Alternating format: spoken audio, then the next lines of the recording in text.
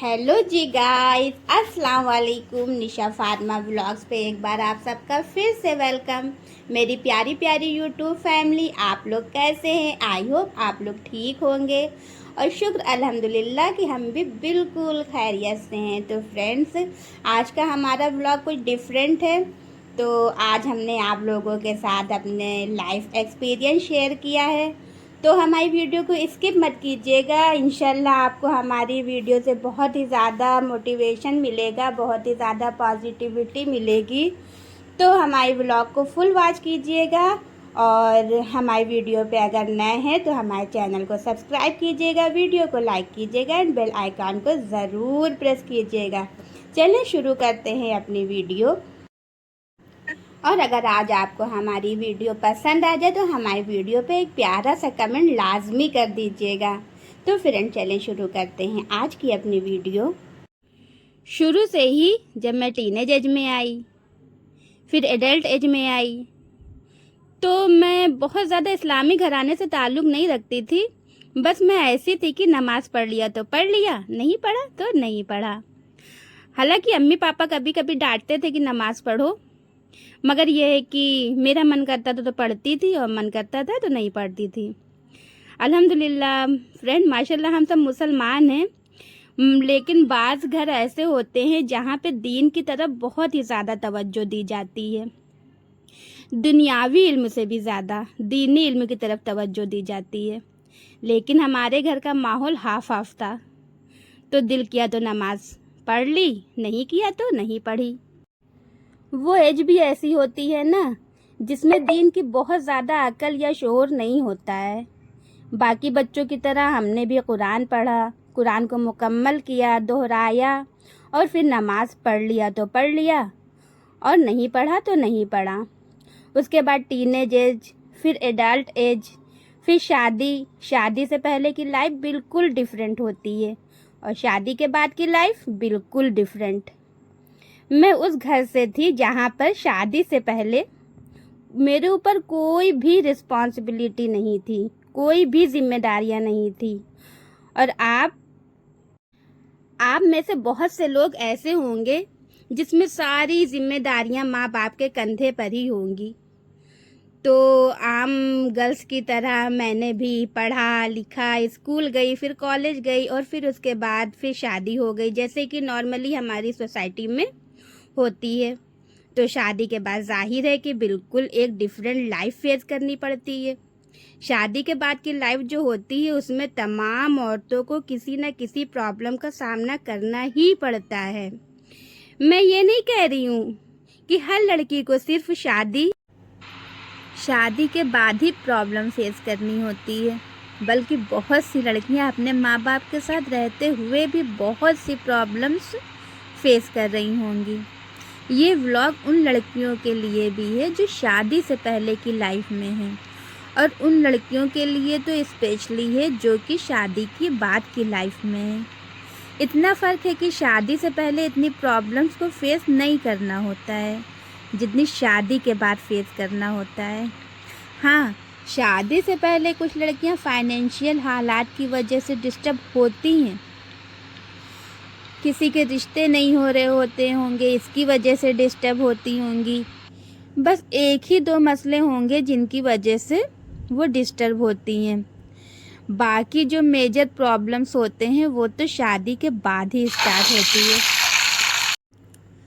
हर लड़की को कोई ना कोई प्रॉब्लम होती ही है शादी के बाद, चाहे उसके पास जितना भी पैसा हो, जितनी भी दौलत हो। अगर शौहर अच्छा दे दिया अल्लाह ने तो ससुराल में कोई मसला रह गया, अगर ससुराल भी अच्छी दे दिया अल्लाह ने तो फिर शौहर वफादार नहीं होगा, और अगर शौहर भी ठीक है, ससुराल भी अच्छी है, पैसा भी है, सब कुछ अच्छा है, तो औलाद नहीं होगी। अगर हम अपने आसपास नज़र दौड़ाएं तो कोई ना कोई मसला होता ही है। जिस तरह से आप मेरे डेली व्लॉग देखते होंगे, मेरी लाइफ स्टाइल देखते होंगे, तो आप सोचते होंगे कि इसको कौन सा मसला हो सकता है, मगर यकीन मानिए कि मैं क्या मेरी जैसी हजार औरतें जिनको कोई ना कोई मसला है, मुझ समेत पता नहीं कितनी लाखों करोड़ों औरतें ऐसी होंगी जो कोई ना कोई प्रॉब्लम फेस कर रही होंगी। किसी के पास औलाद नहीं होगी, किसी के पास पैसा नहीं होगा, किसी का हस्बैंड अच्छा नहीं होगा, वो अपनी वाइफ की ज़रूरतों को पूरा नहीं करता होगा, किसी की ससुराल अच्छी नहीं हो, या किसी के पास सब अच्छा हो तो औलाद नहीं होगी। कोई ना कोई प्रॉब्लम फेस कर ही रही होंगी। हर किसी की प्रॉब्लम्स डिफरेंट होती हैं, तो हम क्या करते हैं ना, उस चीज़ को सबके आगे गाना शुरू कर देते हैं। गाना मतलब ये कि जैसे पहले महल्लेदार के साथ डिस्कस करेंगे, वहाँ से तसल्ली नहीं मिली तो अपने वालिदैन को बताएंगे, किसी ने कुछ बता दिया ये करो, किसी ने कुछ कह दिया ये करो वो करो, इस तरह की चीज़ें हम करने लगते हैं। लेकिन असल चीज़ जो हमें करनी चाहिए, अपने तमाम मसलों के लिए हमें अल्लाह से राब्ता करना चाहिए, वो हम नहीं करते हैं। पता नहीं क्यों नहीं करते हैं। हम इस वजह से अल्लाह से राब्ता नहीं करते हैं कि अल्लाह से हमें वो रिस्पांस नहीं मिलता है। हम इसलिए अल्लाह से राब्ता नहीं करते हैं कि हमें अल्लाह से वो रिस्पांस नहीं मिलता है। अब रिस्पांस का मतलब जैसे कि हम अपनी किसी दोस्त से बातें करते हैं तो बदले में वो हमें रिस्पॉन्ड करती है, बोलेगी तुमको ऐसा करना चाहिए था या तुमको ऐसा नहीं करना चाहिए था, तुमने ये गलत किया, तुमने वो गलत किया। अल्लाह की तरफ से हमें ये बैक टू बैक रिस्पॉन्स नहीं मिलता है। हम में से बहुत सारी औरतें अल्लाह से ये बातें करने के बजाय लोगों से करने लगते हैं, और लोगों को बताने का नतीजा क्या निकलता है कि वो आपकी बात को 10 दिन रख लेगा, 20 दिन रख लेगा, महीना रख लेगा या साल भी रख लेगा, पर जैसे ही उस इंसान से आपकी बात बिगड़ी या ना भी बिगड़ी हो, उस इंसान के मुंह से ये बात निकल ही जानी है। जो बात आपने एक बंदे को बताया है वो 100 बंदों को पता चल जाती है, न जाने कितनों को पता चल जाती है, और आपको पता भी नहीं होगा कि ये बातें लोगों में फैल चुकी हैं। इसका फ़ायदा क्या होता है? इसका फ़ायदा कुछ नहीं होता है। ठीक है, कोई ना कोई ऐसा दोस्त चाहिए होता है जिससे वो अपने सारे प्रॉब्लम डिस्कस कर सके, उसकी रहनुमाई कर सके, चलो और कुछ नहीं, वो उसको मॉरल कवरेज या मॉरल सपोर्ट दे सके। उसको चाहिए ऐसा दोस्त जो कि कज़िन की फॉर्म में है, या आपके रिलेटिव के फॉर्म में है, या आपका दोस्त है, या आपका महल्लेदार है। लेकिन हर किसी के आगे रोना, हर किसी को अपनी मुश्किलात बताना, क्योंकि देखें ना, हमारे हर मसले का हल एक ही हस्ती के पास है, और वो हस्ती है अल्लाह। हम पूरे जहान को अपना मसला बताते हैं, पर नहीं बताते हैं तो अल्लाह को नहीं बताते हैं। बाज़ औक़ात जब इंसान बहुत ज़्यादा डिप्रेस्ड होता है, मेरी ये हालत हुई थी कि मैं जब बहुत ज़्यादा डिप्रेस्ड होती हूँ तो दुआएं मांगने का भी दिल नहीं करता है। शायद बाहैसियत बहुत से मुसलमान ऐसे होंगे जिनको हमारी बात बर्दाश्त नहीं हो, पर जो सच है वो सच है, और आज मैं आप लोगों के साथ वही शेयर कर रही हूँ जो सच है।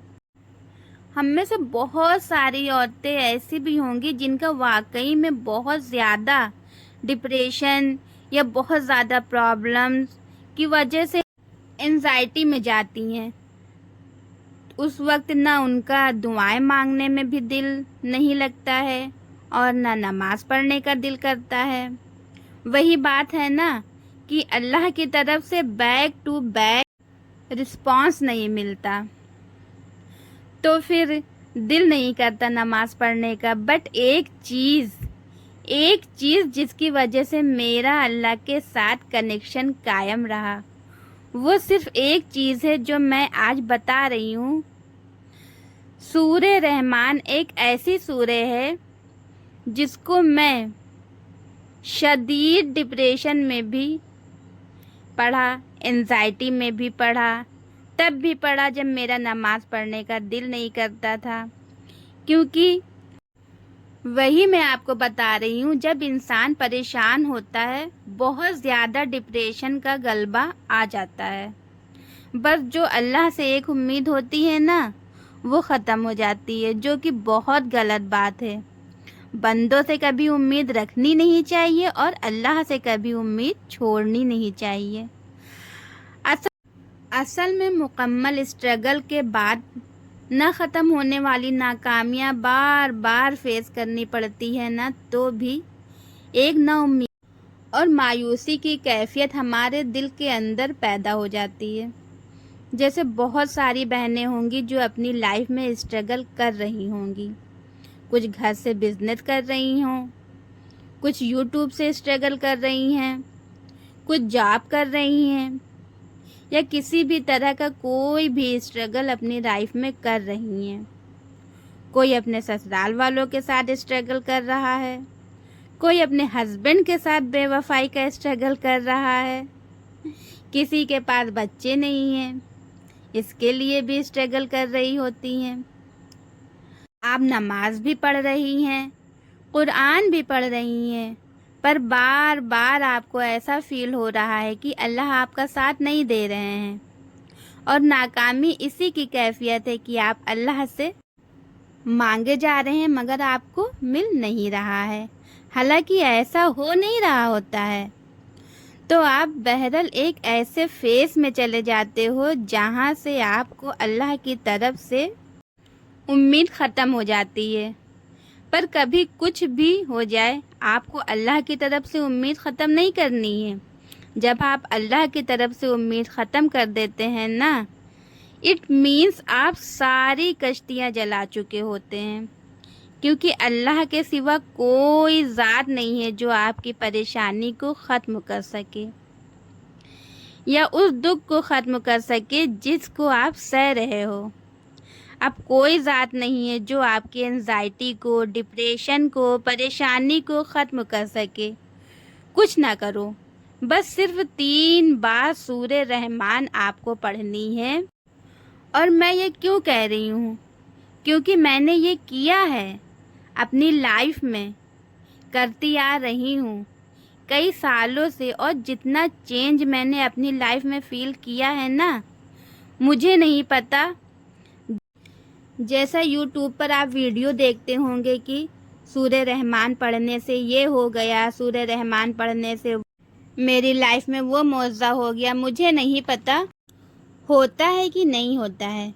مجھے یہ پتا ہے کہ کوئی بھی مجھے پرابلم ہے، کوئی بھی، چلو میں ایسے بات کر لیتی ہوں کہ جیسے آپ کی لائف میں کوئی بھی پرابلم ہو، آپ کی اولاد نہیں ہو، آپ کا بزنس ٹوٹ گیا ہو، آپ کو فائنینشیل ایشوز ہوں، آپ کی اولاد اچھی نہیں ہو، آپ کی اولاد سرکش ہو، یا آپ کے سسرال والے اچھے نہیں ہیں، ایون کچھ بھی ہو سکتا ہے، بچے پڑھائی میں اچھے نہیں ہیں، کچھ بھی ہو سکتا ہے۔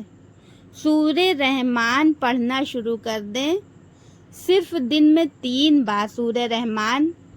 آپ سے وضو نہیں ہوتا مت کرو، آپ سے قرآن نہیں کھولا جاتا مت کھولو، موبائل کھولو، اس میں سورہ رحمان لگاؤ، کچھ بھی ہو جائے 3 بار سورہ رحمان پڑھو یا سنو، اس کو اپنی ڈیلی روٹین بنا لو، 3 بار ہی پڑھنا ہے۔ اس سے پتہ ہے کیا فائدہ ہوتا ہے؟ سب سے پہلی چیز جو سورہ رحمان پڑھنے کے بعد آپ اپنی لائف میں فیل کرو گے نا، وہ ہے سکون۔ اتنا سکون ملے گا نا آپ کو، اتنا سکون ملے گا کہ میں اس سکون کو بتا نہیں سکتی، اندر تک پرسکون ہو جائیں گی۔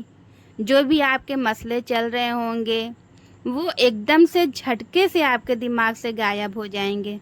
میں یہ اس لیے بتا رہی ہوں کیونکہ میں نے خود یہ چیز آزمایا ہے، آزما کر دیکھا ہے، چاہے تو ایک بار آپ بھی آزما کر دیکھ لیں۔ اور اسی طرح جب سورہ رحمان کو 3 بار پڑھنے کا آپ اپنی روٹین کا حصہ بنا لیں گے تو اللہ کے ساتھ آہستہ آہستہ آپ کا کنیکشن بننا شروع ہو جائے گا۔ آہستہ آہستہ، میں یہ نہیں کہہ رہی ہوں کہ فوراً، دھیرے دھیرے آپ کا اللہ سے کنیکشن بننا شروع ہو جائے گا۔ پھر آپ کو سورہ رحمان کی طاقت پر اتنا یقین ہو جائے گا نا، اتنا یقین ہو جائے گا کہ آپ کی لائف میں بڑے سے بڑے مسئلے آ جائیں نا، آپ جتنا بھی ڈسٹرب ہو جائیں، آپ رو رہی ہوں، آپ دہاڑے مار کے رونا شروع کر دیں، آپ کو لگے اب بس یہ مسئلہ حل ہو ہی نہیں سکتا ہے۔ 3 بار سورہ رحمان پڑھنے کے بعد آپ کو جو سکون ملے گا، بس اس سکون کی میں مثال نہیں دے سکتی۔ اللہ کے ساتھ کنیکشن ڈیولپ ہوگا، آہستہ آہستہ آپ نماز کی طرف بھی آئیں گی، آپ کا دعا کرنے کا بھی دل کرے گا، آپ کو اللہ سے دوستی کرنے کا بھی دل کرے گا، آپ کو یہ فیل ہونے لگے گا کہ اللہ نے آپ کو سننا شروع کر دیا ہے۔ پھر آپ اپنی ساری باتیں اللہ سے کرنا شروع کر دیں گے۔ کسی محلے دار کے پاس، کسی رشتہ دار کے پاس، کسی دوست کے پاس جانے کی ضرورت نہیں پڑے گی۔ اکیلے کمرے میں بیٹھیں اور اللہ سے ساری باتیں کیا کریں، اور ہمیشہ اپنے اللہ سے جھولی پھیلا کر مانگا کریں۔ میں اللہ سے جھولی پھیلا کر مانگتی ہوں اور اس امید سے مانگتی ہوں کہ اللہ مجھے کبھی بھی اپنے در سے خالی نہیں لوٹائیں گے۔ ایک اور چیز یہاں پر میں آپ سے کہنا چاہوں گی کہ ہم مسلسل اسٹرگل کرتے ہیں، محنت کر رہے ہوتے ہیں، اللہ سے دعا بھی مانگ رہے ہوتے ہیں، لیکن پھر بھی ہمیں وہ چیز نہیں مل رہی ہوتی ہے، یا ہمارے وہ کام نہیں ہو رہے ہوتے ہیں، تو ہاتھ دھو کے اس چیز کے پیچھے نہ پڑ جائیں، اللہ سے ضد نہ لگاؤ۔ دیکھو، اللہ ہماری بھلائی، ہماری بہتری ہم سے کہیں زیادہ بہتر جانتا ہے، تو پھر اللہ کی مرضی پر چھوڑ دو، لیکن دعائیں کرنا کبھی نہ چھوڑو، نماز پڑھنا کبھی نہ چھوڑو، صبر کرنا کبھی نہ چھوڑو۔ وہ ایک آیت سنی ہے نا، ان اللہ مع الصابرین، کہ اللہ صبر کرنے والوں کے ساتھ ہے، یہ کبھی نہ بھولنا۔ اس قرآن کی آیت کو کبھی نہ بھولنا، اس کو ہر ٹائم ورد کیا کرنا۔ آپ سب بھی اس آیت کا ذکر کرتے رہا کریے، چاہے کوئی بھی کام کر رہے ہوں، کھانا پکا رہے ہوں، برتن دھو رہے ہوں، کپڑے دھو رہے ہوں، صفائی کر رہے ہوں، فری بیٹھے ہوں، آپ اس آیت کا ورد مکمل رکھیے۔ ویسے بھی جتنی طاقت اور برکت اللہ کے کلام میں ہوتی ہے، اتنی کسی میں بھی نہیں ہے۔ تو آج کا ہمارا ولاگ بس یہی تھا۔ مجھے جتنا بھی آپ لوگوں کے ساتھ شیئر کرنا تھا میں نے شیئر کر دیا، اور آگے بھی اپنی لائف ایکسپیرینس آپ کے ساتھ شیئر کرتی رہوں گی۔ اگر آج آپ کو ہمارے ولاگ اچھا لگا ہو تو تھوڑی سی بھی پازیٹیوٹی آئی ہو، میری ویڈیو کو لائک کیجیے گا، اور اگر چینل پر پہلی بار آئے ہیں تو چینل کو سبسکرائب کیجیے گا۔ ملتے ہیں نیکسٹ ویڈیو میں نیکسٹ ولاگ کے ساتھ، تب تک کے لیے اللہ حافظ، بائے۔